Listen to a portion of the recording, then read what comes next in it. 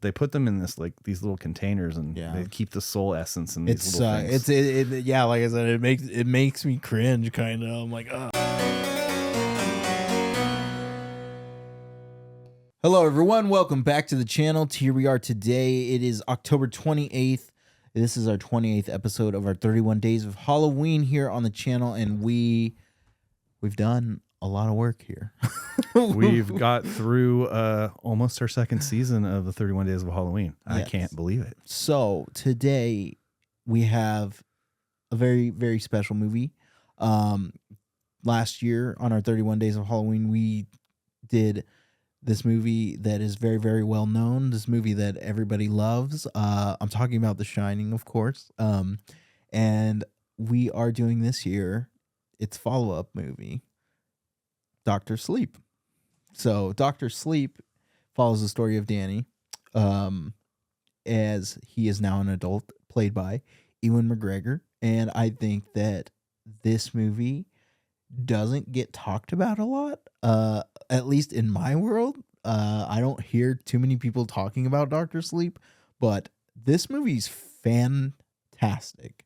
And I really, really love this movie. So I'm excited to talk about this movie today for our episode.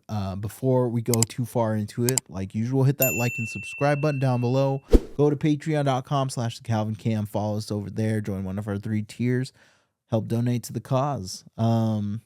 Yeah. So Dr. Sleep. This was a movie that came out in 2019. Follows the book Dr. Sleep that came out, which is the follow-up to The Shining. And I think that this movie has phenomenal acting in it across the board. There's so many great, talented people involved in this movie, and I think that everybody delivers such an amazing presence in this film, especially like Rebecca Ferguson and all of the leaders of her group in this film. I think that it is a very trippy horror movie.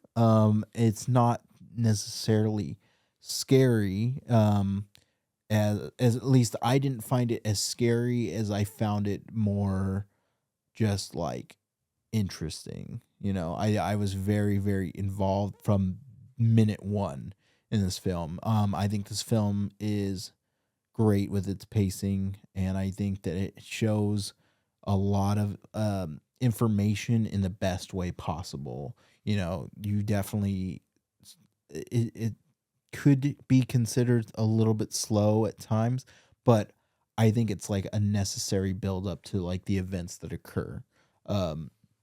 And there's a couple scenes. I think there's a scene in here that I actually had to turn away because I was just like, it made me sad. It made me sad, and that was the scene with when Rebecca Ferguson sucks she kills the life boy out of the little baseball player. Yeah, dude. Like, it made kid. me so fucking sad when I first watched it because I think Elias was like the same age, and I was just like, I can't watch this. There was parts like, yeah, I definitely agree with you. I thought there was parts with even when he was giving comfort to the people that are dying. Yeah. Like, I don't know. I thought of my dad and stuff. And like, it was kind of sad. I don't know if I could really watch. I turned away a little bit. I kind of like shed a tear a little bit. It kind of made me sad. Yeah, it's a very powerful, emotional movie, and that's the kind of performances that we were delivered in this film. Was a first watch for you too? Yeah, this was a first watch for me. This movie is fabulous. Just from out the gate, like you said earlier, the pacing in this movie, I don't know. I think it's absolutely perfect. I think it's really well paced. I like how it's segmental how it's paced. Really, you have these parts, and it starts off with part 1 is the Danny's character and going back to the Overlook and focusing on Danny, and then it strings out till into the story, and you get all these parts from Rebecca Ferguson's group to Abra, the little girl that shines, and she's really powerful. Yeah. So I like the beginning of the movie, how we go back to Danny's character. Like, you don't really, all you know from The Shining is Danny's character. Obviously, he's talented. He can shine. Dick Halloran helps him with that, understand his friend Tony that he talks to. It's cool that we go back to that and we see, glimpses of when he's still, this is after, the events of The Shining when he survives. And, we have, I don't know the actress that plays, Shelley Duvall's character, but she hit it home with her demeanor and her voice. Like, definitely. Same with the guy that played Dick Halloran. I thought it was really, really good. I like that we return to this place and Danny still shines. He can still see things. He's seeing the old woman in the bathtub from 237. Like, we get all that. We get that he's still trauma. He's having trauma in his life. Like, he's suffering like the same things that his father Jack has. He's dealing with alcoholism, and it seems like it's taken him into a hole. Like, his mother passes away, this stuff happens to him with the Overlook Hotel. He can still, which is cool, he still communes with Dick Halloran, which is really cool because Dick is still a huge part of his life. Yeah. And he kind of guides Danny, like, why did you, like, he picks up a girl in a bar and stuff. He's like, you didn't need to do that. Or, he's kind of his guiding light.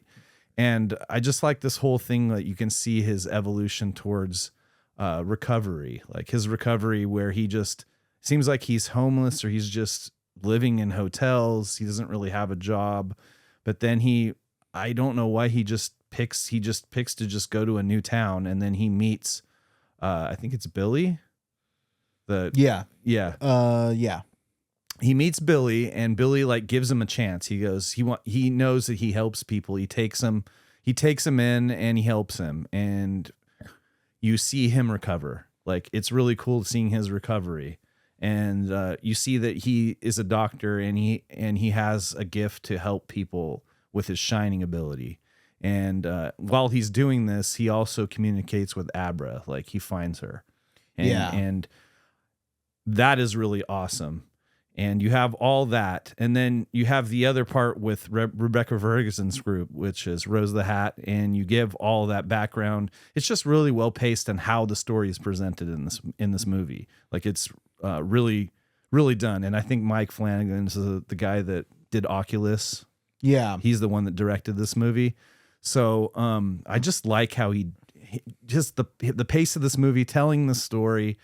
And you get the whole thing with Rebecca. She's like, these are soul stealers. And she has found, like, I think that the old guy, what's his name? The Papa or whatever. I can't remember his name is.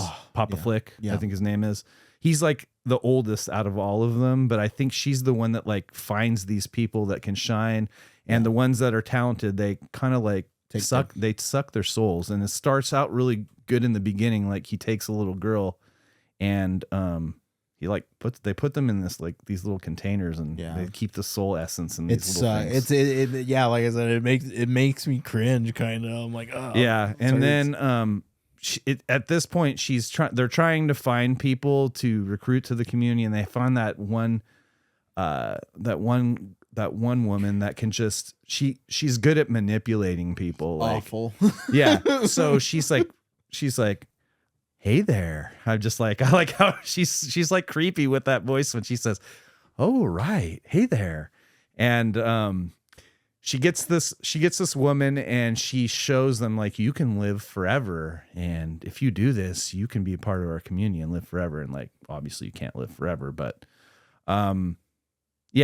she gets this person in the community, and it's just like, it's cool seeing that her communities, how evil they are. They're like looking for these people that can shine, and they find this is what happens is Abra, after Danny finds Abra, they connect for a little while, and then she finds Rose the Hat somehow, and then they connect, and then she realizes, Rose the Hat goes, wow, this girl's powerful. This girl I want. Yeah, I want her soul. Like, she's powerful. Yeah, no, this is just a great story. Great story, great follow-up. And I think that just all the events that occur in this movie are just so parallel to The Shining, and I think that it complements it so well, and it's like really one of the best sequels of all time, in my opinion. I think that this movie goes overlooked. I completely forgot that Mike Flanagan made this movie, which I love Mike Flanagan. So that explains a lot why I like this movie. Mike Flanagan did The Haunting of Hill House. That's what he's most known for in recent times, as well as my favorite out of his Netflix trilogy or anthology, which is Midnight Mass. I think that Midnight Mass is undefeatable. I can't wait to do an episode on Midnight Mass. And he's actually going to be making a Exorcist movie. Mike Flanagan? Yes. Yeah, that should be fabulous. He said I watched the interview of him on stage at, I think it was at New York Comic Con, and he was like, "This is gonna be the scariest movie I've made." I'm looking forward to it. So now. I'm like, okay, like he is a master of the craft as well. So I think that that's going to be amazing, and I'm very, very much looking forward to it because the last one was kind of doo doo. So okay, back into a little bit more. Back into Dr. Sleep. Again, like rounding it off. Amazing plot, amazing story. Yeah, phenomenal music. The music's great. It is bone-chilling music at times. Goes along with the cinematography. Like, I like those shots, like when they're shining and they see each other. Rose the Hat, Rebecca Ferguson, and she sees her in the supermarket, and then like she tries to locate her, and she like flies, into the dream world or into their mind, and then go there. Yeah, like the whole sequencing on in cinematography of how that shot is really cool. Like that's awesome in that movie. Like I think it's one of the best parts. And another good part is when she tries to go into Danny's head and stuff. Like she's like, "Oh, where have you been?" And like it leads down this path where she wants to take Abra, like take her and soul suck her, obviously. And it's cool that her and Danny team up, and Danny wants nothing to do with the situation, but Dick comes back and says, "Dude, you got to help this girl. I helped you. Like, come on. You got to help this girl." And I like that it all ends up being at the Overlook at the end. Absolutely awesome. Like, this is cool because, like, Danny's, like, he knows what he needs to do, and he knows it, he has to confront his, like, demons, too, I think, in a way. Yeah, because he sees his dad. Yeah. And, which is also really cool. Like, when he kind of takes Lloyd, the bartender's place. Mm-hmm. And I thought that was really cool. Like the scene with him, like he's like, "Have a drink." He's like, Nope, I'm not doing this. Nope. So I thought that was really cool. And I really like how, he analyzed Rose the Hat. It's like, maybe, she wants to get into my head. Maybe if she gets into my head in this place, maybe we can have these people take her soul instead. Yeah. So like, and it's awesome. And that's the climactic part of this point. And, we have, that happen, and the closure of Danny's character, like the Overlook Hotel burns and he stays in there, and he sees his mom, and it's just a really good ending to his character and everything in this movie. It is. It's Ewan McGregor, man. Yeah, he was perfect casting for Danny. I thought he was awesome in this movie. So, all right. Yeah, like I said before, I think that this is just awesome. And I'm going to give this movie a 5 out of 5. I love this movie. I've only seen it twice. And I feel like I need to watch it more because I really like this movie. What would you give it? 5. Bottom line 5. Bottom line 5. It's first watch, but I could see myself watching this movie again and again. Like if I want to just throw on The Shining and then watch this. Dr. Sleep right afterwards. This kind of be one of those things that you get into when you want to watch a trilogy or something. You just want to say, "Oh, I want to watch the first movie, and then I'm gonna watch the second movie." This movie is perfect. Like the thing that holds the strongest in this movie is definitely the acting and the pacing, and just how it's segmented with the pacing, showing the story and telling it. I thought Mike Flanagan did a great job presenting this movie, and that's a strong part. Even though the music and the cinematography is still really good in this movie. 5. All right, that brings us to the fun facts section of our episode today. And let's go ahead and start. We got fun fact number 1. Mike Flanagan painstakingly recreated the set of the Overlook Hotel from blueprints acquired from Stanley Kubrick's estate. That's really cool. In the scene where hospital cat Azzy jumps on the desk in front of Dan, before he follows her to what should be an empty room, he puts down the magazine he was reading. It's the same January 1978 issue of Playgirl magazine his father, Jack Torrance, read in the lobby of the Overlook Hotel while waiting for Stuart Ullman and Bill Watson on closing day in The Shining.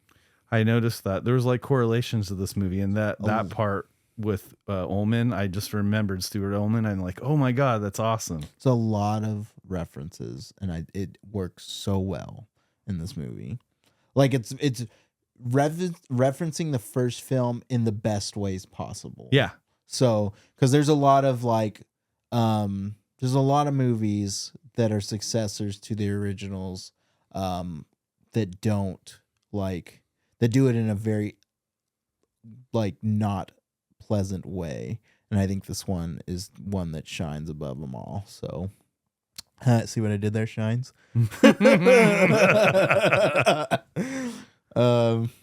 Stephen King first got the idea for Dr. Sleep in 1998 at a book signing when somebody asked him what happened to Danny from the novel The Shining. This was a question King had often asked himself, as well as what would have happened to Jack. And he found AA, and how he had found AA.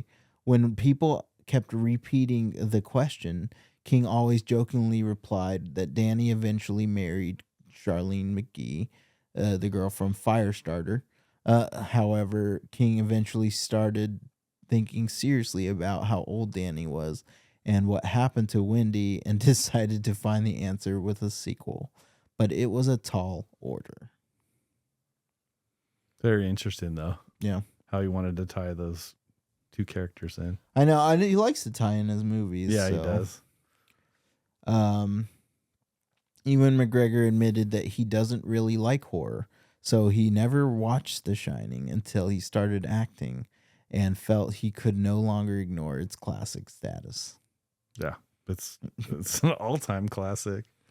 Mike Flanagan wrote the Overlook Hotel back into the story of Dr. Sleep, keeping its posterity consistent with the cinematic universe of The Shining. The name of the cat that enters the room of the patients who are next to die in the hospice Rivington House is Azzy, which is short for Azrael, who is the angel of death. There's also, I think, Azrael is the name of the cat in the Smurfs. That's funny. That's funny. I just know. I'm old. I'm sorry. No, that's fine. I just I forgot about the Smurfs completely until you just said something. I think Gargamel and then Azrael. Yeah. Azrael's the cat, so you said that. I didn't know who it was, and I just had that correlation. When writing Dr. Sleep, Stephen King had to be reminded of things from The Shining that he had forgotten. Although most of the story exists in the shared universe, The Shining's Dick Hallorann appears briefly in it, for example. It's one of only a few sequels he has written, because he doesn't really write very many sequels. In the Dr. Sleep novel, Andy leaves a theater showing of Raiders of the Lost Ark. And in the film, the theater is showing Casablanca, which is Mike Flanagan's favorite movie. That's cool. And we got one more for you. Actress Rebecca Ferguson revealed in 2019 interview that while horror in general is not one of her favorite movie genres, she's a huge fan of the novels by Stephen King. Quote, I don't see why he wouldn't want to make films out of everything he writes. It's so adaptable. It's so understandable. It's so relatable and imagery.